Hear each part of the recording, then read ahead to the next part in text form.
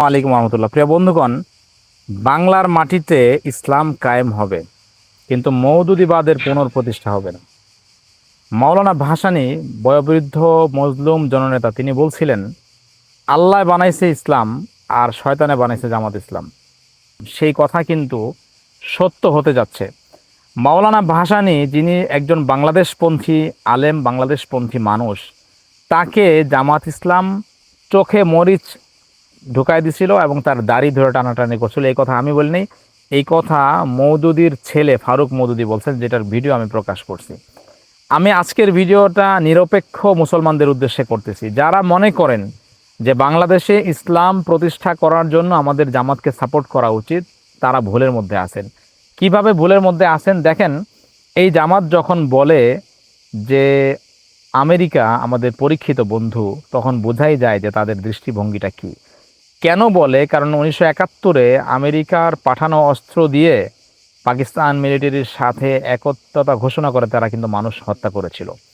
এই জামাত ইসলাম যখন আলেমদেরকে লাঞ্ছিত করে, যখন তারা নবী সাহাবীদের চরিত্র হনন করে, তখনই বোঝা যায় যে তারা they are trying to do something different. অর্থাৎ পৃথিবীর শুরুর যুগ থেকে ধরে ইসলাম যেভাবে প্র্যাকটিস হয়ে আসছে, তার বাইরে তারা নতুন কোনো ইসলাম তারা প্র্যাকটিস করতে চায়। আপনি দেখবেন বাংলাদেশের যারা যে নাস্তিক, যারা বামপন্থী, যারা আলেম ওলামাদেরকে অপছন্দ করে, তাদের চিন্তা চেতনা এবং জামাতের চিন্তা চেতনা মিলে যায়। বাংলাদেশের আলেম ওলামারা খেয়ে না খেয়ে যখন সারা পৃথিবীর মধ্যে সবচেয়ে বেশি হাফেজ প্রডিউস করে, সারা পৃথিবীর বিভিন্ন জায়গা থেকে বাংলাদেশি হাফেজরা প্রথম স্থান অধিকার করে দেশকে সম্মানিত করে, তখন জামাত প্রশ্ন তুলে, আপনাদের কয়টা মেডিকেল কলেজ আছে, আপনাদের কয়টা ইঞ্জিনিয়ার আছে, আপনাদের কয়টা ডাক্তার আছে, আপনাদের কয়টা ব্যাংক আছে। অর্থাৎ নাস্তিকরা যেমন বোঝাইতে চায় যে কওমি মাদ্রাসা বা আলেম ওলামারা এরা দেশের বোঝা, জামাতও কিন্তু ঠিক একইভাবে প্রশ্ন তোলে। আপনি দেখবেন জামাতের পেজগুলো থেকে, তাদের যে আপনার ইউটিউব চ্যানেলগুলো থেকে, বিশেষ করে রোজ টিভির কথা বলছি, এখানে বেশ কয়েকটা বুড়া শয়তান আছে, আমি তাদের নাম বলবো না, তাদের নাম বলতে আমার রুচিতে বাধে। তারা সারাদিন কিন্তু আলেম ওলামাদের ব্যাপারে প্রোপাগান্ডা চালায়, বিশেষ করে ওলামায়ে দেওবন্দের ব্যাপারে তারা কিন্তু চরমভাবে বিষোদ্গার করে। আজকে আমি ইটালিতে আছি, ইটালির 1000-এরও বেশি মসজিদ আছে, আপনি খুঁজে দেখেন, মিনিমাম 500 থেকে আই মাস্ট সে যে 1200টা মসজিদের মধ্যে 1000টা মসজিদে আপনি যাদেরকে পাবেন, যারা এখানকার মুসলমানদের সন্তানদেরকে কোরআন শেখাচ্ছে, এখানকার মুসলমানদের সন্তানদেরকে ইসলাম শেখাচ্ছে, তাদেরকে ইসলামিক কালচার শেখাচ্ছে, তারা কিন্তু ওলামায়ে দেওবন্দ। আপনি অস্ট্রেলিয়াতে যান, আপনি নিউ ইয়র্কে যান, দারুল উলুম নিউ ইয়র্ক, কারা প্রতিষ্ঠা করছে? ওলামায়ে দেওবন্দ। আপনি ইংল্যান্ডে যান, ইংল্যান্ডের যেই মাদ্রাসাগুলো যারা প্রতিষ্ঠা করছেন, যারা ওইখানে মুসলমানদের সন্তানদেরকে ইংলিশ শেখানোর পাশাপাশি কোরআন শেখাচ্ছে, তারা কারা? ওলামায়ে দেওবন্দ।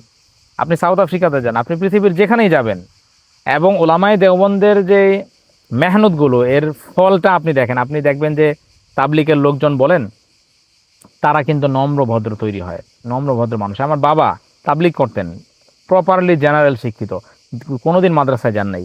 তিনি কিন্তু আমাদের সব ভাইকে আলেম বানাইছে, হাফেজ বানাইছে, বোনদেরকে ইসলাম শিখাইছে। বাট আপনি যদি মওদুদি সাহেবের দিকে তাকান, তার এক একটা ছেলেকে যদি আপনি দেখেন, তাদের চেহারা দেখে আপনি বুঝতে পারবেন না যে রে হিন্দু না মুসলমান। কোনো ছেলেকেই এই আল্লাহর বান্দা সাধারণ স্কুলে পড়ায় নাই, প্রপারলি ব্রিটিশ ইংলিশ মিডিয়ামে সে পড়াইছে। মানে সাধারণ স্কুলে পড়াইলে যদি এটা মুসলমান হয়ে যায়, এই জন্য এটা তো ওয়েস্টার্ন কালচারে এটাকে অভ্যস্ত করতে হবে তাদেরকে। কিন্তু সে তার মেয়েকে ইংলিশে অনার্স করাইছে, এটা সাধারণ মুসলমানদের জন্য এটা কোনো অন্যায় না। কিন্তু আপনি যেখানে দাবি করতেছেন যে আপনি ইসলামের মূল, আপনি ইসলামের লিডার, তো সেখানে আপনার সন্তানদেরকে যদি ইসলাম না শেখান, তাহলে তারা ইসলামের হাল ধরবে কীভাবে? আবার আপনি বলতেছেন যে জামাতের মধ্যে কোনো পরিবারতন্ত্র নাই। আর ভাই, পরিবারতন্ত্রের জন্য অন্তত সেটার জন্য যে পরিমাণ যোগ্যতা থাকা দরকার, সেই যোগ্যতাও তো তাদের নাই। পরিবারতন্ত্র বলতে, ইসলামে যদি কেউ যোগ্য হয়, তাকে যদি মুসলমানরা নির্বাচিত করে, সেটা নিষেধ না। অর্থাৎ কোনো নবী বা কোনো সাহাবীর কোনো আত্মীয়, যেমন রাসূল সাল্লাল্লাহু আলাইহি ওয়াসাল্লামের সাথে যাদের আত্মীয়তার সম্পর্ক ছিল, আপনি যদি খেয়াল করেন, আমাদের ইসলামের 4 খলিফা, আবু বকর রাদিয়াল্লাহু আনহু, ওমর রাদিয়াল্লাহু আনহু, এই দুজন রাসূলের শ্বশুর। নিচের দিকের দুজন ওসমান এবং আলী রাদিয়াল্লাহু আনহু, তারা দুজন রাসূলের জামাতা। তারা কিন্তু 4 খলিফা হয়েছে। তার মানে কি রাসূল স্বজনপ্রীতি করছে? না, রাসূল সাল্লাল্লাহু আলাইহি ওয়াসাল্লাম স্বজনপ্রীতি করেনি। তারা যোগ্য ছিলেন, বিধায় মুসলমানরা সম্মিলিতভাবে তাদেরকে নির্বাচিত করছে। আর মওদুদিবাদ তাদের সন্তানদেরকে কেন আমির নিযুক্ত করে না? কারণ তাদের সন্তানকে তারা ইসলাম শেখায় নাই। তারা প্রপারলি দুনিয়াবি লাইনের তারা হচ্ছে যে তাদের সন্তানদেরকে ছেড়ে দিছে। তারা কোনোভাবেই যোগ্য না একটা ইসলামী দলের নেতৃত্ব দেওয়ার জন্য, সেই জন্য তারা নেতৃত্বে আসে নাই। আর এটাকে তারা প্রচার করছে কি যে জামাত আপনার হচ্ছে যে পরিবারতন্ত্রে বিশ্বাস করে না। সো এইভাবে মিথ্যা বলে, আর তারা আসলে অ্যাকচুয়ালি মানুষের সিম্প্যাথি নেওয়ার চেষ্টা করছিল যে মানুষ তাদেরকে, তারা মজলুম, তারা মানে শহীদ হয়ে গেছে। দেখেন, আমি এই কথাটা আগেও বলছি, এখনো বলি, তাদেরকে ফাঁসি দেওয়া সম্ভব হয়েছে এই জন্যই যে দলগতভাবে জামাত গণহত্যার সাথে জড়িত ছিল। এটা মওদুদি সাহেবের ছেলের কথা, আমার কথা না। দলগতভাবে একটা ভুল সিদ্ধান্ত নেওয়ার কারণে তারা হচ্ছে যে আপনার তাদেরকে হাসিনা ফাঁসি দিতে পারছে। হ্যাঁ, অফকোর্স তারা মজলুম, তাদেরকে আইনি যে ব্রিটিশ আইন যেটা আমাদের দেশে আছে সেটার প্রপার প্রয়োগ ছাড়াই তাদেরকে জুলুম করা হয়েছে, এটা আমি স্বীকার করি। বাট এটা তারা দলের ভুল সিদ্ধান্তের বলি হয়েছে বলে আমি মনে করি।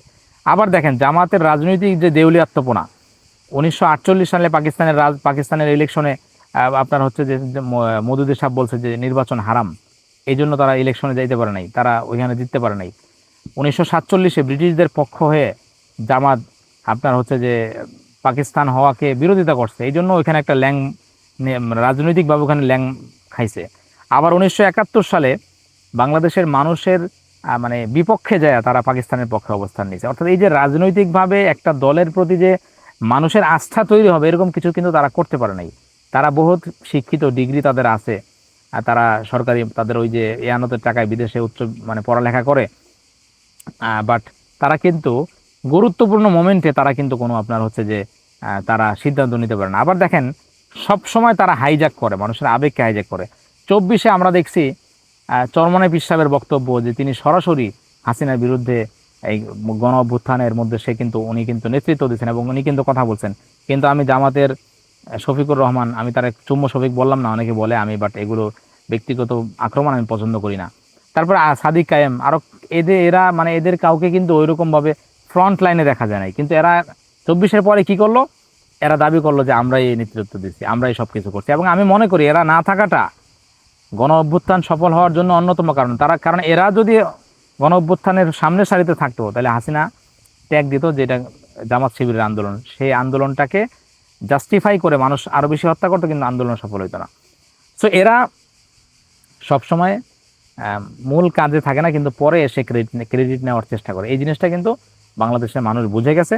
কাজে আমি এদেরকে বলবো যে আপনারা তৌবা করেন, আপনারা তৌবা করে মওদুদিবাদকে ছাড়েন এবং বাংলাদেশের হকপন্থী আলেমদের সাথে, বিশেষ করে কওমি আলেমদের বিরুদ্ধে না যেয়ে মুফতি আব্দুল মালিক হাফিজাহুল্লাহ এইরকম আলেম যাকে আমরা বলি বাকিয়াতুস সালাফ, যুগের আতা ইবনে আবি রবাহ, এইরকম মানুষের সাথে যুদ্ধ ঘোষণা করাটাই আমি মনে করি তাদের পতনের শুরু। তারপরে জুনায়েদ বাবুনগরী, আমি তো মনে করি বাংলাদেশের ইতিহাসে মহিবুল্লাহ বাবুনগরী সবচেয়ে বেশি মজলুম আলেম। এত বড় আলেম, শেখুল ইসলাম হুসাইন আহমদ মাদানী রহমতুল্লাহ আলাইহির ছাত্র, এত বছর ধরে বুখারীর দর্স দেন, এই মানুষটাকে তারা কিভাবে তার চরিত্র হনন করছে। সর্বশেষ ইলিয়াস ভাইকে দিয়ে, আমি ইলিয়াস ভাইকে পছন্দ করি কারণ ইলিয়াস ভাই বাংলাদেশের মজলুম মানুষের পক্ষে অনেক কথা বলছে, এটা অস্বীকার করার সুযোগ নেই। বাট এই যে মওদুদিবাদের ক্যান্সার, এটা থেকে কিন্তু সেও মুক্ত না। সে কিন্তু মহিবুল্লাহ বাবুনগরীকে দাজ্জাল বলছে। তবে পিনাকি দাকে আমি তার অনেস্টি, তার বিচক্ষণতার প্রশংসা করতে হয় যে এই লোকটা সবসময় আলেমদের পক্ষে বলে আসছে, এখনো পর্যন্ত কোনো আলেমের সমালোচনা কিন্তু সে করে না। এই জন্য বাংলাদেশের রাজনৈতিক বিশ্লেষণে একটা নির্ভরযোগ্য জায়গায় সে আছে। যদিও আমি মনে করি যে জামাতকে পামপট্টি মাইরা উনি বিভ্রান্ত করছে, এই জন্য ওনার সাথে আমি বিরোধিতা করছি যে জামাতকে উনি বাস্তবতা সম্পর্কে বলে নাই। ওনার আমি কিছু ক্রিটিসাইজও করছি, বাট ওনার এই জিনিসটা ভালো, উনি এই জিনিসটা বুঝেন যে বাবা বাংলাদেশের আলেমদের বিরুদ্ধে বিষোদ্গার করে কখনো সফল হওয়া যাবে না। তো এই জিনিসটা যদি ইলিয়াস বুঝে তাহলে ইলিয়াসের জন্য ভালো হবে, আমি তার শুভকামনা করি তার জন্য। বাট এই যে মওদুদিবাদের ক্যান্সারে আক্রান্ত হয়ে ইলিয়াস ভাই যদি এইভাবে আলেম ওলামাদের বিরুদ্ধে লেগে থাকে তাহলে আসলে তারও আমি পতন খুবই নিশ্চিত আমি দেখতে পারতেছি। সো কথা ওইটাই, জামাতকে যে ভাই আপনাদের ব্যক্তিগত চারিত্রিক পদস্খলন এটা যে কোনো দলের আছে, এটা যেমন জামাতের আছে, এটা বিএনপির আছে, আওয়ামী লীগের আছে, ইভেন কওমি আলেমদের মধ্যেও অনেকের ব্যক্তিগত ক্ষেত্রে চারিত্রিক পদস্খলন আসে। সেটা কোনোভাবেই আমাদের জন্য ভালো লাগার বিষয় না, কারোর ক্ষেত্রেই না।